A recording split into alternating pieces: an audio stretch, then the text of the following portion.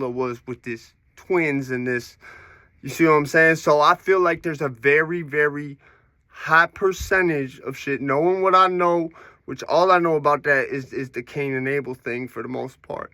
There's a bunch of shit that I sort of have theory about, like this Soul Gem shit, that I cannot prove. Like, I haven't seen proof of it. Back on point. So, Reid died he died in summer of 2020. So it was right after my son was born, ironically. Like, he never met my son. He was supposed to come back from Cali and meet my son. When he went to Cali, I remember when he was going to the airport, I got the feeling, yo, you are never going to see this kid in person again. You see what I'm saying? Like, I got that instinctual feeling of, this is the last time you're going to see us. But I didn't say nothing of it. I didn't want to ruin his good time. I just said, no, you buggy. There's no, you'll see him again. Don't listen to that. You see what I'm saying? Sure enough. So it's like, with this shit, I noticed with the oldest brother, who I just saw about 5-10 minutes ago, it's like, see, for a time, there was a point where it was like, I saw apparitions of Reid. I only saw 2 of them, and it was all some shit he did while he was alive. One was when I was in the shower, and he had climbed through my window, because he knew at the time I kept it unlocked, because he was living here at the time. So, because he didn't have a key, it was like, okay, if you need to get in here for any reason, and I'm not here, because I know I can trust you, and you're not going to say nothing or take none of my shit. Like, I'm not going to lie. Like, he took something, but if it was worth money, he always paid me back for it and let me know after. And I'm pretty sure you could gather, whatever that means. But most of the shit was just shit, like, that he knew I wouldn't care. Like, you know what I'm saying? It's inconsequential shit. You know, he was, like I said, he was on heroin, all types of shit. You know, it comes with that territory. But I knew he would never take nothing that I would care about, like, nothing of value. And if it was, and it was something where he knew we had an arrangement worked out where I knew he was good for it, you know, and he actually died owing me money. So I think there was a period of time, like I said, there was like almost 3 years, like 2.5 years where he was here. And he gave me a couch. He gave me this couch before he died. And it was real wood. It wasn't one of them ones from like Big Lots with the plastic feet on it. It was wood. Wood is a channel, as is metal, all type of shit, right? So, because there was that link with that, it really, in a way, I think that's why I saw apparitions and shit. The other one I saw was him walking up to the house while I was on, talking to somebody on Messenger who knew this kid very well. You see what I'm saying? So, what I've noticed with this oldest brother, and I noticed it last time, I was like, he started, I even said to him, this motherfucker, like, it's like reliving through you. You know what I'm saying? Like, you starting to look like this motherfucker mixed with you. Like, he's the only brother who made it past 24. By far made it past 24.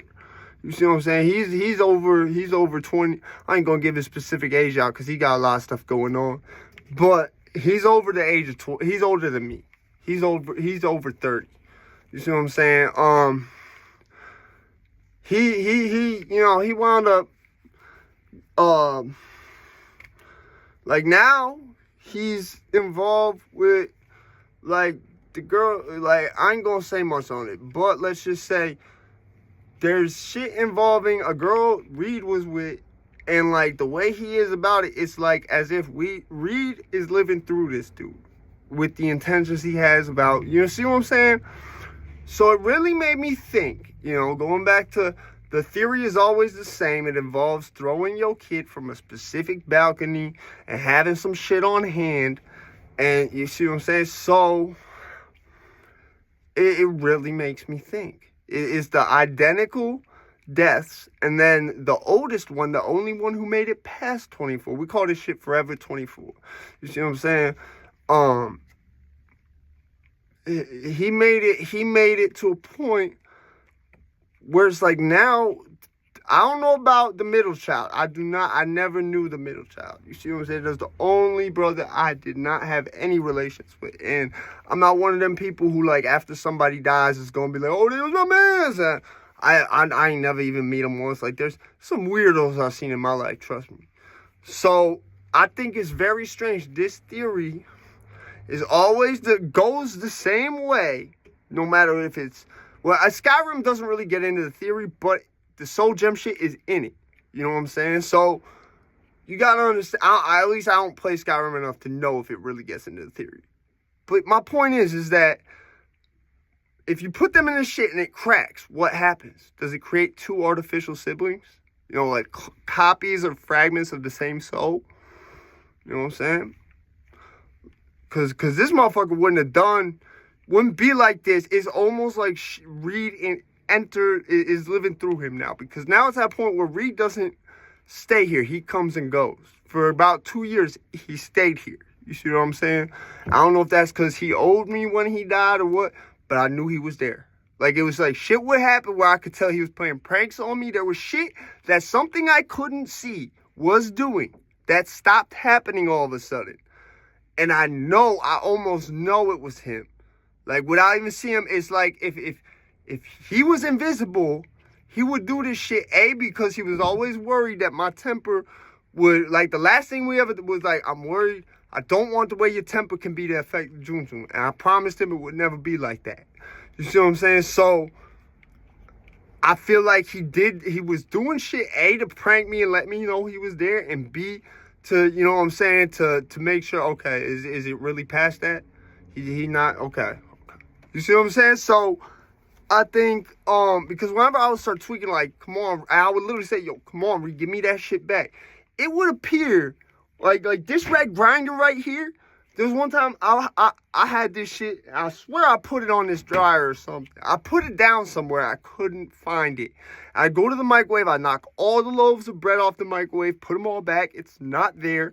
I come back to the microwave 5 minutes fucking later, there's a bag of bread, a loaf of bread that the packaging is red. This is red. It was stuck to now the whole bag ain't red. It's got that clipper because it's bread. It's right under the top of the bag where it's really red at. And it's like, you know what I'm saying? So it was because it just wasn't there. And that was like the one, other than the apparitions, it was like the most concrete. I was like, that wasn't there. And my wife for a long time was like, man, you must be, on some or whatever the case. No, like, at that point, she was like, oh, okay, yeah. And the moment you start really saying, come on, Reid, give me that shit, stop fucking with me, it came back. I get it now. You see what I'm saying? So, I want y'all to think about that, man. This one theory about soul gems is scattered across so many things that are only related by the two genres of fantasy and superheroes. I don't know if I've seen it in science fiction, but I've seen it in fantasy and I've seen it in superheroes. I mean, RPG type fantasy, you know what I'm saying? Dungeons & Dragons, all that. Skyrim, that type of fantasy. Charmed, that type of fantasy. Okay, and obviously it's in both the DC and it's always the same theory behind it, which is what Michael Jackson could have accomplished at that time. But I think Michael A had too good of a heart. And B, it was at that time he had just been took in and arrested and documented for them allegations that was made up. And you know what I'm talking about. It was right after that, if I remember right. So I think at that point, he's like, should I do this? He's like, nah, fuck, I can't. Because here's the thing about Michael. For the amount of people that was scared of him, for who he is, he let me tell you, I think he was one of those people who could kill you without even having nobody. Like, he was magic. I'll put it like that. All right, so just think about it. Be easy.